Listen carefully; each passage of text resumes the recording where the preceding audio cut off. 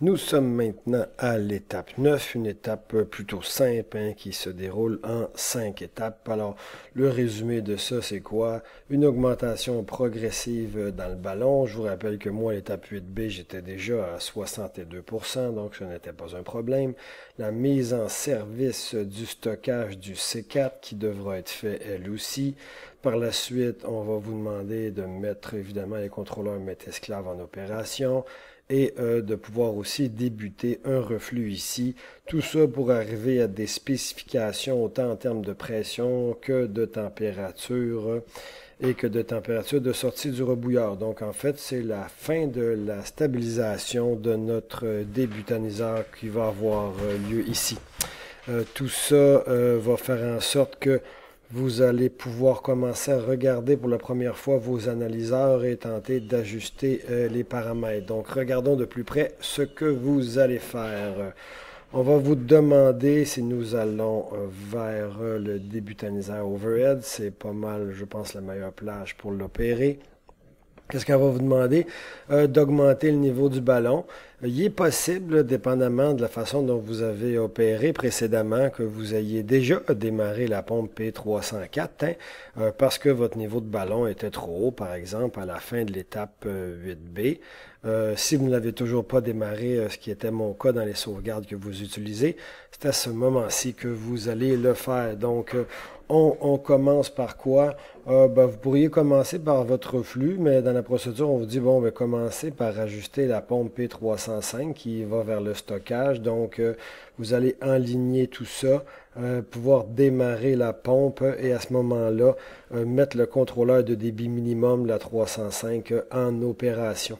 Une fois que cette pompe-là aura été mise en recirculation minimum à 250 tonnes par jour, vous pouvez tout de suite commencer à ajuster la boucle maître-esclave. On est ici à l'étape 3, donc on met le contrôleur de tête en cascade et on ajuste avec le LC que l'on ajuste à 50.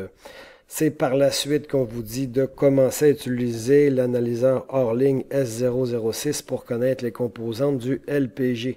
Je vous rappelle comment fonctionne tout ça. Vous allez donc aller à Offline Sample, regarder à S006 et n'oubliez pas de cliquer et de confirmer que vous avez cliqué pour voir les chiffres ici changer.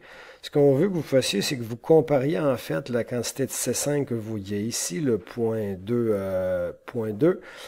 à ce que nous voyons dans le débutaniseur overhead à l'échantillon que l'on a ici, le AI043.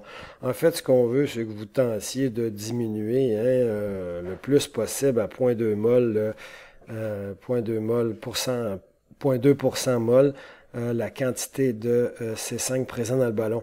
Pour ce faire, vous devrez stabiliser 3 éléments. La pression de tête, qui normalement est déjà stable, vous pouvez la vérifier ici. La température de fond du rebouilleur, que vous pouvez voir dans l'autre plage. Et ça aussi, normalement, ça a déjà été fait. Il vous reste donc à vérifier la température de tête et c'est aussi que sera votre plus grand boulot. Vous allez donc prendre la charge et l'amener en reflux. Évidemment, vous vérifiez vos températures ici, vous ouvrez des aéros au besoin. Disons, vous vous rappelez qu'on le voit ici en steady state, 51 degrés C, donc essayez de rester autour de 50 tout en ouvrant des aéros. Vous ajustez votre reflux et quand vous serez autour de 104 degrés Celsius dans la tête, normalement, vous allez atteindre plus ou moins les points 20. Et à la toute fin, on vous dit quoi? Bien, vous allez mettre la boucle maître-esclave en cascade. Et ce, tel que indiqué au point 5 de l'étape 9. Alors, on regarde à quoi ressemble la vue d'ensemble à la fin de l'étape 9. Quelques éléments. On ne regarde pas le haut parce qu'on n'a absolument rien changé dans les cadrans qu'il y a ici. C'était lors de l'étape 8B que ces valeurs l'ont changé. Vous pouvez toujours jeter un coup d'œil que tout va bien en termes de ratio, pourcentage ou autre, mais normalement, tout devrait bien aller. Vos faux seront à 500, etc. Donc, ce que vous avez vérifié, c'est surtout la ligne du bas, c'est-à-dire un fond à 40% que vous aviez ajusté lors de l'étape 4, une température qui est revenue à 245, telle qu'ajustée à l'étape 6, mais bon, étant donné toute la charge qui va rentrer dans le four, il y a sûrement eu des modifications. Êtes-vous toujours en dessous de 100 kPa? Moi, je vois qu'ici, d'ailleurs, dans ma sauvegarde, j'étais un peu bas. J'aurais peut-être tendance ici à couper un brûleur si je voulais peaufiner la fin de l'étape 9. Évidemment, j'ai mon rebouilleur à 5400 tonnes par jour. Ça, c'est depuis l'étape 4.